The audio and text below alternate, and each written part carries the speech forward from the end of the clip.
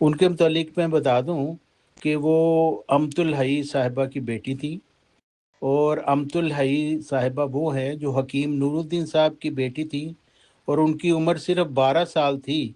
جب مرزا بشیر الدین محمود نے پہلے خلافت پر قبضہ کیا اور پھر دندناتا ہوا حکیم نور الدین صاحب کے گھر گیا اور ان کی بیٹی کو اغوا کر لیا اور اس کے ساتھ زبردستی پھر نکاح بنا لیا۔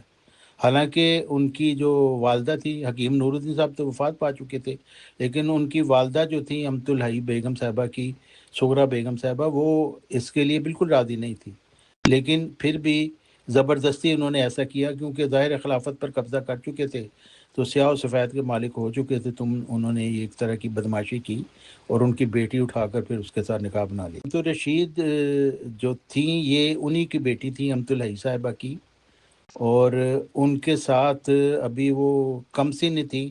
تو مرزا بشیر الدین محمود صاحب نے اپنی بیٹی کے ساتھ ہی زنا کیا اور اس کو زخمی کر دیا، اور یہ بات امت رشید صاحبہ نے خود بھی بتائی ہوئی ہے، یہ بھی کتابوں میں درج ہے۔ وہ امریکہ میں رہی تھیں، وہ ان کی وفات ہو گئی ہے، وہاں پہ انہوں نے یہ بات بتائی تھی کہ میرے ساتھ میرے باپ نے یہ کام کیا تھا۔ امت الحی بیگم صاحبہ نا، یہ حکیم نور الدین صاحب کی جو بیٹی تھی جس کے ساتھ زبردستی نکاح کیا تھا مرزا محمود صاحب نے، انہوں نے دراصل دیوان سنگھ مفتون کو خط بھی لکھا تھا، اور اس میں انہوں نے کہا تھا کہ دیوان سنگھ مفتون صاحب، آپ تو اتنے نوابوں کے آپ واقعات لکھتے ہیں کہ کس طریقے سے وہاں پہ ظلم اور ناانصافی ہو رہی ہے اور بدکاریاں اور زناکاریاں ہوتی ہیں، تو یہ قادیان کا جو وڈیرا ہے مرزا بشیر الدین محمود صاحب، اس کی بدماشیوں پہ پھر تو کوئی خط لکھے نا، کوئی کتاب لکھیں، لوگوں کو پتہ چلے کہ کس طرح کی یہ بدماشیاں ہو رہی ہیں۔ تو یہ خط جب لکھا تھا تو جب مرزا محمود کو پتہ چل گیا تو امت الحی کو بھی زہر دے کر اس نے مرزا بشیر الدین محمود نے قتل کروا دیا تھا۔ تو یہ بہت بھیانک داستانیں ہیں جو ان کے اپنے لوگوں نے بیان کی ہوئی ہیں۔ جی، یہ جو امت الحی صاحبہ ہیں نا، ان کے ساتھ بھی ظلم کیا، بدکاریاں زناکاریاں تو مرزا محمود صاحب کرتے تھے، اپنی بیویوں کے ساتھ دوسروں کو بھی دعوت دیتے تھے، ان کو بہت شوق تھا دیکھنے کا، لائیو شو دیکھنے کا۔ وہ یورپ سے بھی بہت آگے تھے، یورپ میں تو اس وقت لائیو شو کی تصور نہیں تھا، لیکن مرزا محمود صاحب اس میں بہت بڑے ہوئے تھے، تو اپنی بیویوں کے ساتھ دوسرے غیر مردوں سے زنا کرا کے خود بھی وہ انجوائے کیا کرتے تھے، ان کو واچ کیا کرتے تھے۔ تو وہ امت الحی بیگم صاحبہ جو تھیں، ان کی بیوی جو زبردستی جن کے ساتھ نکاح کر لیا، انہوں نے پھر یہ شکایت لگائی اپنی والدہ سغرا بیگم صاحبہ سے کہ یہ تو میرے ساتھ بڑا ظلم کر رہا ہے یہ۔ تو سغرا بیگم کے متعلق بھی پتہ ہے کہ وہ پھر آئیں ان کو سمجھانے کے لیے اپنے داماد کو، مرزا محمود صاحب کو، کہ تم کیوں ظلم، چھوٹی سی بچی ہے اس کے اوپر کیوں تم ظلم کرتے ہو اس طرح کے، خدا کا خوف کرو۔ تو مرزا محمود صاحب کو پتہ تھا کہ یہ آج میں اس کو نہیں روکوں گا تو یہ دوبارہ آ کے شکایت کریں گی، تو اس نے یہ طریقہ نکالا کہ سغرا بیگم صاحبہ کے اوپر بھی اس نے ہاتھ ڈال دیا ان کی عزت پر، تو وہ بیچاری اپنی عزت بچا کر بھاگی پھر وہاں سے۔ اور یہ تاریخ احمدیت میں بھی لکھا ہوا تھا کہ سغرا بیگم نے ایک دفعہ مرزا محمود کو زہر دینے کی بھی کوشش کی تھی، تو یہ مرزائیوں نے خود ہی بیان کیا اس چیز کو۔ تو ظاہر ہے وہ ان کی کیا دشمنی تھی سوائے اس کے کہ وہ ان کی بیٹی کے ساتھ وہ ظلم کرتا تھا مرزا محمود۔ یہ ایک خط ہے جس میں یہ بتایا گیا ہے کہ مرزا محمود خود بھی زنا کیا کرتا تھا، اپنی بیٹیوں اور بیویوں کے ساتھ بھی زنا کروایا کرتا تھا۔ یہ مقبول اختر صاحبہ ایک خاتون ہے جو بدو ملی کی رہنے والی ہیں، اور انہوں نے خط لکھا مولانا مظہر علی اظہر کے نام، کیونکہ ان کو قادیان میں مرزا محمود کے گھر رہنا پڑا تھا، تو انہوں نے ایک خط میں یہ بیان کیا، وہ اس طرح کا ہے کہ وہ لکھتی ہیں کہ گزارش احوال یہ ہے کہ میں 7 سال سے مرزا محمود کے گھر میں ہوں، میں نے جو اپنی آنکھوں سے حالات دیکھے ہیں وہ قلم بند کر رہی ہوں، پہلے تو برداشت کرتے رہی مگر اب نہ کر سکی، اور میں نے اپنی جان بچانے کے واسطے وہاں سے نکلنا منظور کیا۔ یعنی قادیان میں خلیفہ صاحب نے کوئی لڑکی یا عورت نہیں چھوڑی جو کہ خوبصورت ہے، سختی عیش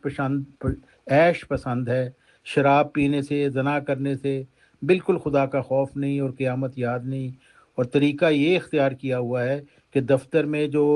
نوجوان لڑکے اور لڑکیاں آتے ہیں ان کو وہاں پہ بلا لیتے ہیں، خود بھی شامل ہوتے ہیں اور اپنی لڑکیاں بھی زناکاری میں شامل کرتے ہیں۔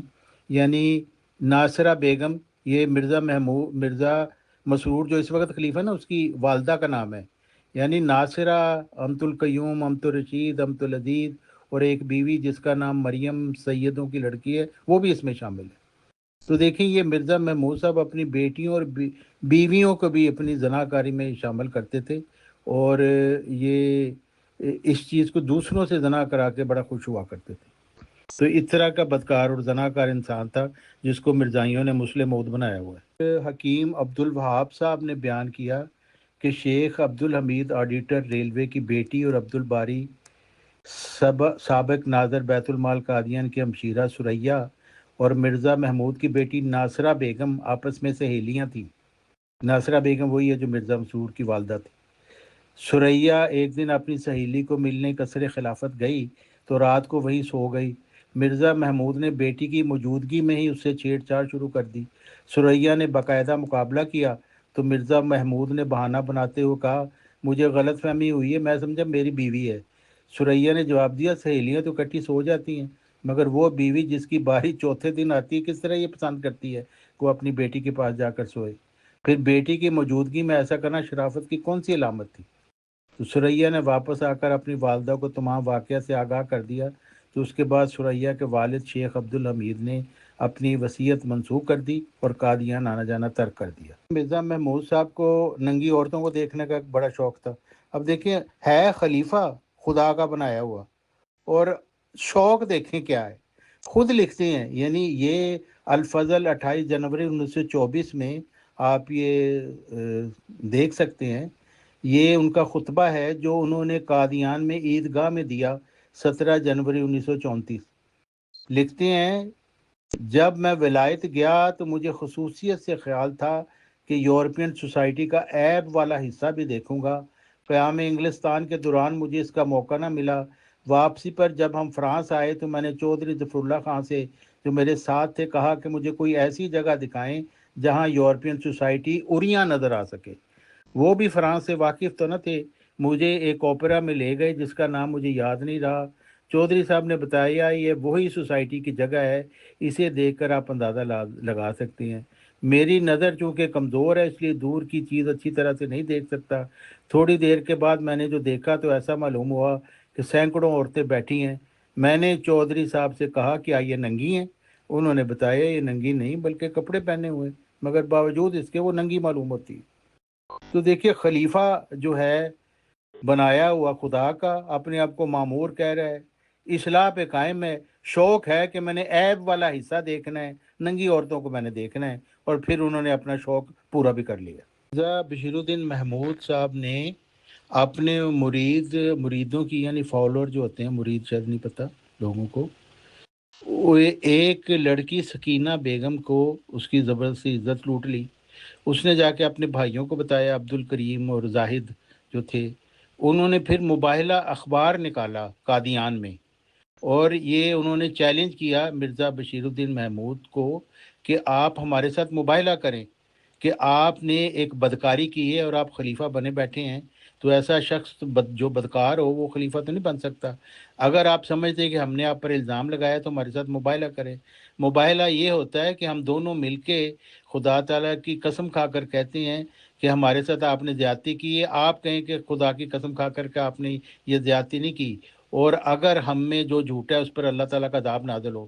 لیکن مرزا بشیر الدین محمود صاحب نے ان کے ساتھ مباہلہ تو کیا کرنا تھا، ان کے گھر کو جلانے کا ارادہ کر لیا۔ جو سغرا بیگم تھی حکیم نور الدین کی بیوی، ان کو یہ خبر پتہ چل گئی تو انہوں نے جا کے ان کو پہلے سے بتا دیا کہ آج تمہارے گھر کو جلانا ہے مرزا محمود نے۔ تو وہ فوراً وہاں سے گھر خالی کر کے چلے گئے۔ تو مرزا محمود نے آدھی رات کے وقت وہ گھر جلوا دیا۔ تو وہ شکر ہے کہ وہ وہاں سے نکل چکے تھے اور وہاں سے وہ پھر بچ کر نکل گئے۔ تو یہ اس طرح کا ہے ظالم لوگ کہ لوگوں کو قتل کروانے سے بھی یہ باز نہیں آتے۔ اور بھی بہت سارے قتل کیے جو میں آگے جا کے بیان کروں گا۔ یہی جو حکیم، یہ جو ہے نا عبد الحکیم سکینہ کے بھائی جو تھے، انہوں نے مروانے کی کوشش کی، اور ایک بندے کو بھیج کے، قاضی محمد علی نامی ایک شخص کو، اس نے ان کے اوپر قاتلانہ حملہ کیا۔ یہ جو عبد الحکیم اور زاہد جو ہے، جو سکینہ کے بھائی تھے، وہ تو بچ گئے، ان کا ایک ساتھی ہے وہ قتل ہو گیا۔ تو انہوں نے پھر اس کو گلوریفائی کیا کہ قاضی محمد علی تو بہت پہنچا ہوا بزرگ تھا، اس کو تو الہامات ہوتے تھے اور یہ تو بہت ہی نیک آدمی تھا۔ اس کے مقدمے کے اوپر پھر انہوں نے جماعت نے بہت پیسہ لگایا، وکیل بھی اچھا کیا، لیکن انگریز کا زمانہ تھا، انہوں نے ظاہر ہے قتل کے بدلے میں اس کو پھانسی دے دی۔ تو انہوں نے پھر اس کو بہشتی مقبرہ میں جا کے دفن کیا۔ یعنی ایک شخص جو قاتل تھا، ان کو مرزا محمود نے بہشتی مقبرہ میں دفن کیا، یعنی اتنا وہ اس کو اونچا مقام عطا کیا، اور اس کے متعلق خطبے دیے کہ وہ تو بہت ہی نیک آدمی تھا، اس نے غیرت کا مظاہرہ کیا۔ تو اس طرح کے تو سب لوگوں کے لیے وہ ایک نمونہ اور مثال بن چکا ہے۔ مرزا محمود نے صرف عبد الحی اپنی بیوی کو قتل نہیں کیا، بلکہ اس کے بھائی جو عبد الحی تھا، عبد الحی حکیم نور الدین صاحب کا بیٹا تھا، اور وہ چونکہ مرزا غلام احمد صاحب کے ایک الہام کے نتیجہ میں پیدا ہوا تھا، تو لوگوں میں اس کی بڑی عزت تھی، اور وہ پھوڑے والی اس کی نشانی تھی کہ اس کو پھوڑے تھے جب وہ پیدا ہوا تھا، تو اس کو لوگ اس کی عزت کرتے تھے، اس کے پاس جاتے تھے ملنے، اس سے دعائیں وغیرہ کرواتے تھے۔ تو مرزا محمود کو یہ برداشت نہیں تھا کہ میرے ہوتے ہوئے لوگ کسی اور کو اہمیت دیں، تو امت الحی کو بھی مروا دیا، اور عبد الحی جو امت الحی کا بھائی تھا اس کو بھی مرزا محمود نے زہر دے کر مروا دیا۔ تو یہ تو ایک قاتل شخص تھا، زانی بھی تھا اور بدکار بھی تھا، شرابی بھی تھا، سارے کام یہ کیا کرتا مرزا محمود۔ اس کے ماموں تھے میر محمد اسحاق صاحب، وہ مسجد اقصی میں درس دیا کرتے تھے اور مہمان خانے کے بھی انچارج تھے، اور وہ انہوں نے جب یہ سنا کہ مرزا محمود نے مسلم موعود ہونے کا دعویٰ کر دیا 1944 میں، تو انہوں نے ایک محفل میں کہہ دیا، لو جی ایک زناکار و بدکاروں نے بھی اب مسلم موعود ہونے کا دعویٰ کر دیا۔ تو مرزا محمود نے اپنے ماموں کو بھی چائے میں زہر ملا کر اس کو بھی مروا دیا تھا۔ پھر ایک اور ان کے مرید تھے مولانا فخر الدین صاحب ملتانی، انہوں نے جب یہ مرزا محمود کی بدکاریوں کا ان کو پتہ چلا، تو انہوں نے فحش مرکز کے نام سے ایک اشتہار شائع کیا اور بتایا لوگوں کو کہ یہ مرزا محمود جو ہے بنا تو خلیفہ ہے، لیکن یہ ایک بدکار اور زناکار شخص ہے، اور یہ پمفلٹ اس نے چھپا کے سارے قادیان میں تقسیم بھی کیا۔ تو اس سے مرزا محمود کو اس کے اوپر بہت غصہ آیا، تو انہوں نے اپنے خطبہ میں بہت جوشیلا خطاب کیا کہ تم میں کوئی ایک بغیرت بھی نہیں ہے جو تمہارے خلیفہ پہ الزام لگانے والے کا سر قلم کر سکے۔ تو وہ خطبہ سن کر ایک عزیز احمد نامی جو شخص تھا، اس نے بھرے بازار میں چھریوں سے فخر الدین ملتانی پر حملہ کیا۔ یہ 13 اگست 1937 کی بات ہے، اور وہ ان کی موقع پر ہی پھر ہاسپٹل جا کر ان کی وفات ہو گئی۔ اور اس کے بعد جو جج صاحب تھے انہوں نے بھی یہ کہا کہ فخر الدین ملتانی کی موت کی وجہ یہ ہے کہ مرزا محمود نے جو اشتعال انگیز خطبہ دیا تھا نا، اس وجہ سے کسی کو جوش آیا جو اس کو بھرے بازار میں قتل کر دیا۔ دیکھیں اس کے بعد اتنا ظلم کیا کہ مولانا فخر الدین ملتانی صاحب جو ایک احمدی تھے اور اپنی وفات تک وہ احمدی رہے، جب وہ ان کی لاش لائی گئی قادیان میں، تو مرزا محمود صاحب نے سب کو کہہ دیا کہ اس کی قبر نہیں کھودے گا، یعنی اتنا ظلم کیا اس کے اوپر۔ نتیجہ یہ ہوا کہ اس کے چھوٹے چھوٹے بچے تھے اور بیوی بھی اس کی تھی، معذور تھی، تو انہوں نے ان کا بائیکاٹ کر دیا، ان کے دودھ بند کر دیے، قبر بھی نہیں کھودنے دی۔ تو پھر آخر جو احرار پارٹی تھی، حالانکہ جماعت احمدیہ مرزا محمود کی وہ بڑی سخت مخالف تھی، لیکن انہوں نے ہمدردی، انسانی ہمدردی کی بنا پر فخر الدین ملتانی کی قبر کھود کر پھر اس کو دفن کیا، اور مرزا محمود نے سب کو کہا کہ اس کا بائیکاٹ کرو، اس کو کوئی دفن بھی نہ ہونے دی۔ ایسا ظالم تھے یہ لوگ۔ پھر ڈاکٹر محمد احمد صاحب حامی نے یہ بھی گواہی دی ہے کہ یہ 1951 1951 1952 کا واقعہ ہے۔ وہ کہتے ہیں کہ میں اپنی خالہ فاطمہ کے پاس گیا، وہ بہت ہی پریشان حالت میں بیٹھی ہوئی تھیں، ان کی پریشانی کی حالت دیکھ کر میں نے پوچھا، خالہ کیا بات ہے، آپ پریشان حالت میں معلوم ہوتی ہیں؟ تو پوچھنے پر پھٹ پڑی، کہا آپ کو مرزا محمود کے کردار کا علم نہیں؟ آج ابو الہاشم کی بیٹیوں روزی اور ڈیزی پر اس نے مجرمانہ حملہ کیا ہے، وہ آج شام کو اپنی بچیوں کو لے کر لاہور چلی گئی ہیں اور میں بھی اپنی بچیوں کے ساتھ لے کر جا رہی ہوں۔ تو مرزا محمود کسی کو نہیں چھوڑتا تھا، مہمان بھی جو اس کے گھر آتے تھے ان کی بچیوں کے ساتھ بھی یہ زناکاری کرتا تھا۔ تو یہ بہت ہی بدبخت انسان تھا، اور مرزائی اس کو بنا کے بیٹھے ہیں مسلم موت۔ ایک زناکار اور بدکار کا بھی مسلم موت کس طرح ہو سکتا ہے؟ جو خود اتنا بدکار ہے وہ کسی کی اصلاح کس طرح کر سکتا ہے؟ مرزا محمود اکثر اپنی بیویوں کے ساتھ دوسروں سے زنا کروایا کرتا تھا، یہاں تک اس کا ایک ڈرائیور تھا، وہ بھی بڑا مضبوط آدمی تھا، اور اس سے بھی اپنی بیوی سے زنا کرایا کرتے تھے، یہاں تک کہ بیوی حاملہ ہو گئی اور اس کو ایک بیٹا پیدا ہوا جو کالے رنگ کا تھا، اس کی شکل بھی ڈرائیور سے ملتی تھی، اس کا نام مرزا اظہر تھا۔ تو سب کو پتہ چل گیا کہ بھئی یہ ضرور یہ اسی ڈرائیور کا یہ بچہ ہے، اس کے ساتھ ہی زنا کاری ہوئی ہے۔ تو جب یہ مشہور ہوئی بات تو مرزا محمود نے باقاعدہ خطبہ دیا، اس نے کہا کوئی ایسی بات نہیں، یہ خام خواہ کی یہ باتیں ہیں، کئی دفعہ ایسے بھی ہوتا ہے کہ انگریزوں کے گھر میں بھی کئی دفعہ کالے رنگ کے بچے پیدا ہو جاتے ہیں۔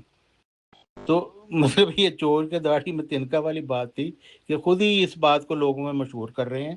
کہ کالے رنگ کا بچہ پیدا ہو گیا تو کیا ہو گیا، یہ تو ایسا ممکن ہو سکتا ہے۔ اس کی ایک بھانجی تھی امت الودود، وہ مرزا شریف احمد کی بیٹی تھی، اس کے بھائی کی بیٹی تھی، تو اس کے ساتھ بھی اس کے ناجائز تعلقات تھے، یہاں تک کہ اس نے اس کے ساتھ زنا کاری سے اس کو حاملہ کر دیا، اور اس کے بعد پھر ان کو یہ تھا کس طریقے سے چھپائے اس چیز کو چھپایا جائے، تو انہوں نے پھر اس کو ایک تالاب میں ڈبو کر مار دیا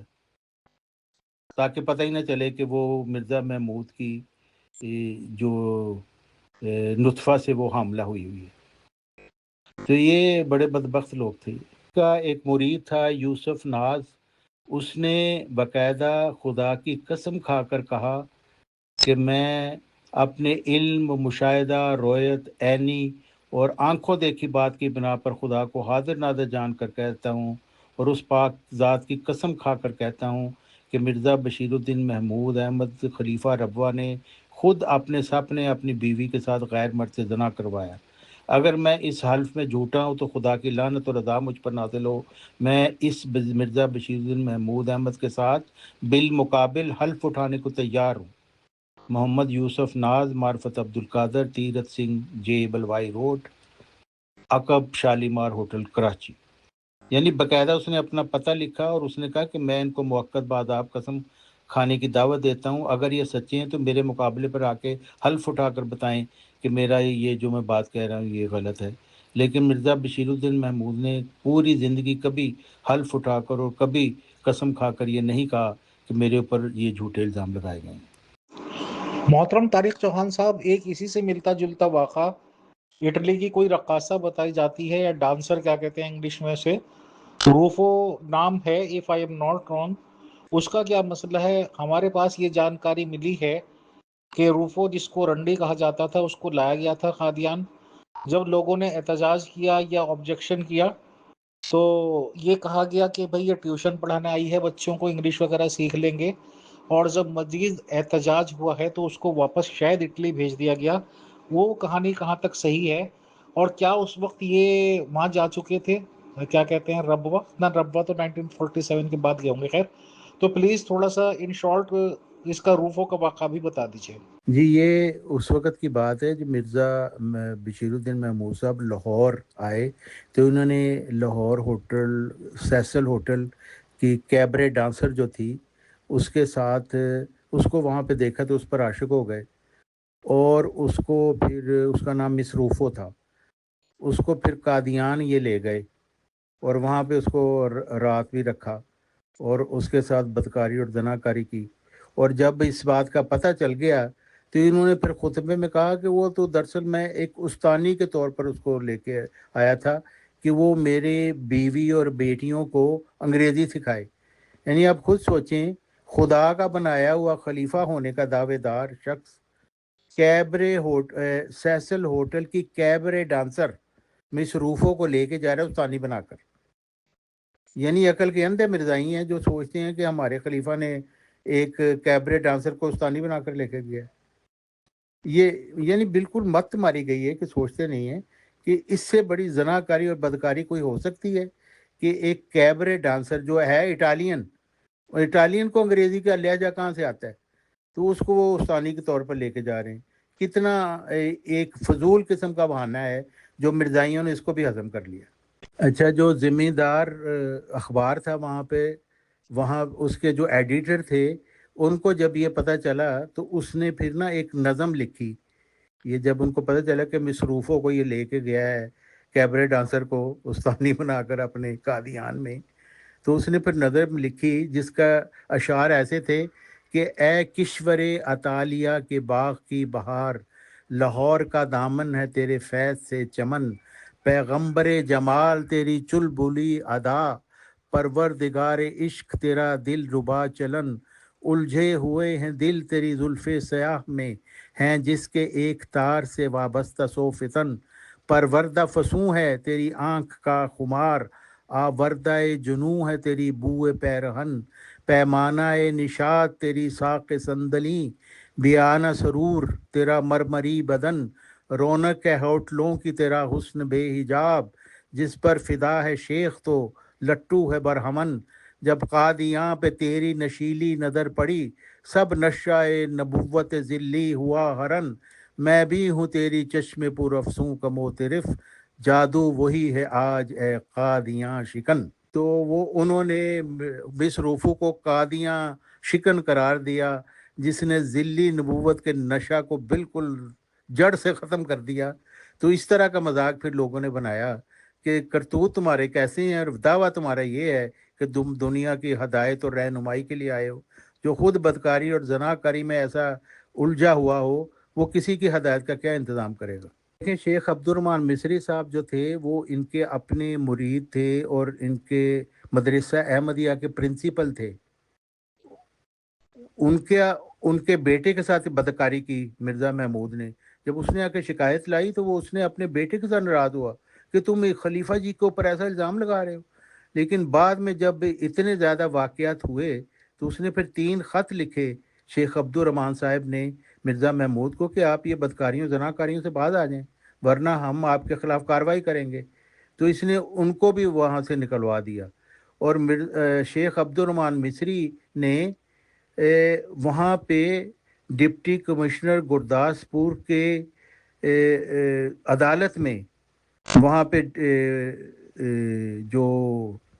لاہور ہائی کورٹ کی عدالت تھی، وہاں پہ پھر پورا ایک بیان لکھوایا. اس میں لکھایا کہ موجودہ خلیفہ سخت بد چلن ہے، یہ تقدس کے پردہ میں عورتوں کا شکار کھیلتا ہے. اس کام کے لیے اس نے بعض مردوں اور بعض عورتوں کو بطور ایجنٹ رکھا ہوا ہے. ان کے ذریعہ یہ معصوم لڑکیوں اور لڑکوں کو قابو کرتا ہے. اس نے ایک سوسائٹی بنائی ہوئی ہے، اس میں مرد اور عورتیں شامل ہیں، اور اس سوسائٹی میں زنا ہوتا ہے.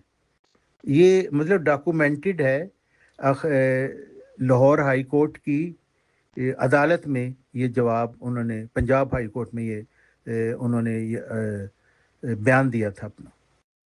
پیر احمد مصری جو شیخ عبد الرحمن مصری کے بیٹے تھے، جن کے ساتھ مرزا محمود نے لواطت کی تھی،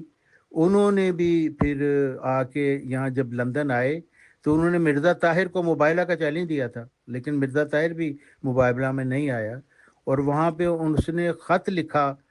کہ میں خداوند تعالیٰ کو حاضر اور ناظر جان کر بیان کرتا ہوں کہ میں نے مرزا بشیر الدین محمود کو بچشم خود زنا کرتے ہوئے دیکھا ہے. اگر میں جھوٹ بولوں تو مجھ پر خدا کی لعنت ہو. تو کتنے لوگ ہیں جو ان کے اپنے مرید ہیں جنہوں نے یہ بتایا کہ مرزا محمود زناکار اور بدکاری میں ملوث تھا، اور انہوں نے اس کو حلفیہ قسم کھانے کے لیے بولا، لیکن مرزا بشیر الدین محمود نے یہ قسم کبھی نہیں کھائی. محترم طارق چوہان صاحب، کیونکہ سیشن کافی لمبا ہو جائے گا اور اس لیے آپ سے ریکویسٹ ہے کہ 2 نمبر 2 والیوم 2 3 4 کتنے بھی کر سکتے ہیں سر. تو ایک بات یہ بھی سنی جاتی ہے کہ انہوں نے سیکنڈ خلیفہ صاحب نے کوئی نئی شادی ہوئی تھی، نوجوان بچہ بچی تھے،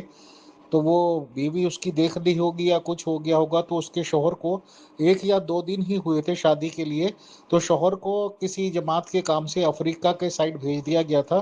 اور 12 سال تک لگاتار اسے آنے نہیں دیا گیا. اور ظاہر سی بات ہے کہ لوگ یہ کہتے ہیں کہ اس لڑکی سے تعلقات انہوں نے رکھے بنائے اور اس کے بچہ بھی پیدا ہوا.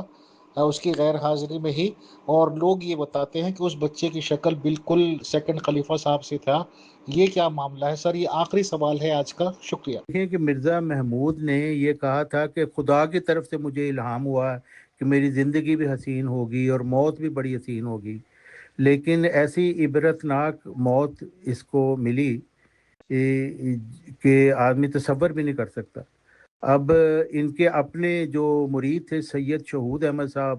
انہوں نے مرزا محمود کی جو آخری 10 سال کی بیماری کا نقشہ کھینچتے ہوئے وہ انہوں نے لکھا کہ اللہ تعالیٰ کا عذاب تو میں نے مرزا محمود کی زندگی کے آخری سالوں میں دیکھ لیا تھا۔ مرزا محمود ذہنی طور پر بالکل معاف ہو چکا تھا، جسم سکڑ گیا، زبان گنگ تھی، جسم زخموں سے بھرا ہوا تھا، زخموں سے بدبو آتی تھی، کوئی آدمی پاس کھڑا نہ ہو سکتا تھا، کبھی کبھی اپنا گند منہ پر بھی مل لیتا تھا، اسی وجہ سے اس کے ہاتھ باندھ دیے جاتے تھے، ہر وقت سر دائیں بائیں ہلاتا رہتا تھا۔ خانہ کے ان تمام افراد کو اتنی نفرت اس سے تھی کہ اس کے کمرہ میں جانا پسند نہیں کرتے تھے۔ بیویاں تو بالکل چھوڑ چکی تھیں، جو ملازم خدمت کے لیے رکھا تھا وہ بھی بدبو کی وجہ سے ناک پر کپڑا رکھ لیتا، مشکل سے خوراک کھلاتا، کمرے اور بسترے کی صفائی کرتا۔ ڈوئی پر کیا عذاب تھا، وہ بیچارہ سہاروں سے چل پھر تو سکتا تھا، اور یہ کمبخت تو اپنے پاؤں زمین پر بھی نہیں رکھ سکتا تھا۔ جی یہ جو آپ نے سوال کیا، یہ وہ سکینہ بیگم ہی تھی، وہ جس کے میں نے پہلے ذکر کیا تھا، اس کے بھائی تھے عبد الکریم اور زاہد، اور یہ امیر سرگودا کے جو عبد الحق صاحب تھے نا، ان کی یہ بیوی بنی تھی بعد میں۔ تو اس نے بھی شکایت کی تھی اپنے شوہر کو کہ مرزا محمود نے میرے ساتھ بدکاری کی ہے۔ تو عبد الحق صاحب جب گئے ان سے پوچھنے، تو مرزا محمود نے کہا کہ دراصل میں چونکہ بہت خوبصورت ہوں، مجھ میں بڑی مردانہ وجاہت ہے، تو اکثر عورتیں دل ہی دل میں میرے عاشق بن جاتی ہیں، اور پھر اپنے خیال میں اپنے خوابوں میں میرے ساتھ ہم بستری کر لیتی ہیں۔ تو یہ اسی طرح کا آپ کے ساتھ معاملہ آپ کی بیوی کے ساتھ ہوا ہوگا، ورنہ میرے ساتھ تو اس کا ایسا کوئی معاملہ نہیں ہے۔ تو ظاہر ہے عبدالحق صاحب چونکہ اس کے مرید تھے مرزا محمود کے، تو وہ یہ والی جو بات تھی اس کے اوپر وہ مطمئن ہو گئے۔ مرزا محمود کا ایک بیٹا تھا، بالکل وہ جو تھا اس کی شکل بالکل یہ عبدالحق صاحب کی، یعنی سکینہ کے ساتھ جو انہوں نے زنا کیا تھا، اس سے ایک بیٹا جو پیدا ہوا تھا، وہ اس کی شکل بالکل مرزا محمود سے ملتی تھی، اور وہ اکثر وہ لڑکا کہتا بھی تھا لوگوں کو کہ دیکھو میری شکل مرزا محمود سے ملتی ہے نا۔ تو یہ بدکاریوں کی بڑی بھیانک داستانیں ہیں، تو یہ آپ کہاں تک سنائیں۔ پھر ایک مولوی تھے جلال الدین شمس صاحب، ان کو بھی جب انہوں نے بھیج دیا باہر، تو ان کی بیٹیوں کے ساتھ پھر زناکاریاں ہوتی رہیں۔ تو جب واپس آ کے انہوں نے کہا کہ یہ کیا ہوتا رہا ہے، تو مرزا محمود اس کا بھی دشمن بن گیا اور اس کو تعاونی چوہا قرار دے دیا اس کو۔ تو یہ تو سمجھتے ہیں کہ مولویوں کی بچیاں ان کے لیے ہی رکھی ہوتی ہیں، تو ہر ایک کے ساتھ یہ کرتے ہیں۔ مرزا مسرور کو متعلق بھی آپ کو پتہ ہے کہ ندا نے جب بتایا تو اس نے کہا تم نے تو خود پیش کیا تھا، یعنی اس کو پتہ تھا کہ یہ اس میں زنا ہو رہا ہے۔ تو مرزا ندا نے یہی کہا کہ آپ لوگوں نے یہاں پہ مرزائی کنجر خانہ بنایا ہوا ہے۔ اور ندا کی والدہ جو مرزا طاہر کی بیٹی ہے فائدہ، اس نے بھی یہ کہا کہ یہ مولدین سے بدتر لوگ ہیں، اسفل السافلین، یعنی غلاظت میں اتنے زیادہ گر گئے ہیں کہ اس سے زیادہ گرنا سوچا بھی نہیں جا سکتا۔ السلام علیکم ورحمۃ اللہ وبرکاتہ to all dear group members of pure discussion group. آج ہم نے محترم طارق چوہان صاحب کو انوائٹ کیا، اور جو بھی جانکاری ملی ہے وہ گروپ کے سامنے ہے اور ریکارڈڈ ہے۔ محترم طارق چوہان صاحب نے ان الزامات کو کنفرم کیا جو لوگ لگاتے ہیں، بلکہ ہم تو بہت کم سوالات کر پائے ہیں، اور ہم وقتاً فوقتاً سیشن لیتے رہیں گے اس ریگارڈنگ۔ تو وہ لوگ جو الزام لگانا چاہتے ہیں محترم سوامی جی پر، انہیں دیکھنا چاہیے ان کے سیکنڈ خلیفہ کا کردار، اور انہیں ہمت کر کے ایک سیشن لینا چاہیے جس میں ابو بکر، عمر، عثمان، علی صاحب کے نام نہ لیں، بلکہ اپنے پیارے خلفاء کے نام لے کر بتائیں، اور اسپیشلی سیکنڈ خلیفہ جی کے ریگارڈنگ۔ جو کہ کنفرم ہوا کہ روفو کو بھی یہاں لایا گیا تھا اور تمام عورتوں کو بھی ایسی تیسی کی گئی، اور یہ بھی پتہ چلا کہ جو موجودہ خلیفہ صاحب ہیں ان کی ماں بھی ان کے جھرمٹ میں ہی تھی۔ تو ظاہر سی بات ہے کہ ان سب چیزوں کے ریگارڈنگ ہم احمدی جماعت قادیان کا موقف پھر سے ایک بار ریکویسٹڈ کرتے ہیں، اور ریکویسٹ بھی کرتے ہیں سب سے مہان قادیانی طاہر پھول صاحب سے، جو یہاں پہ 24 گھنٹے سوامی جی کا نام لینا چاہتے ہیں، تسبیح پڑھنا چاہتے ہیں۔ اور اگلے کمنٹس تو میں نہیں کرتا، بٹ مجھے انتظار رہے گا کہ وہ آئیں گے اور اپنے سیکنڈ خلیفہ محمود صاحب کا دفاع کرنے کی بھرپور کوشش کریں گے، جو کہ ان کا حق بھی بنتا ہے as a slave of over نظام قادیان جماعت۔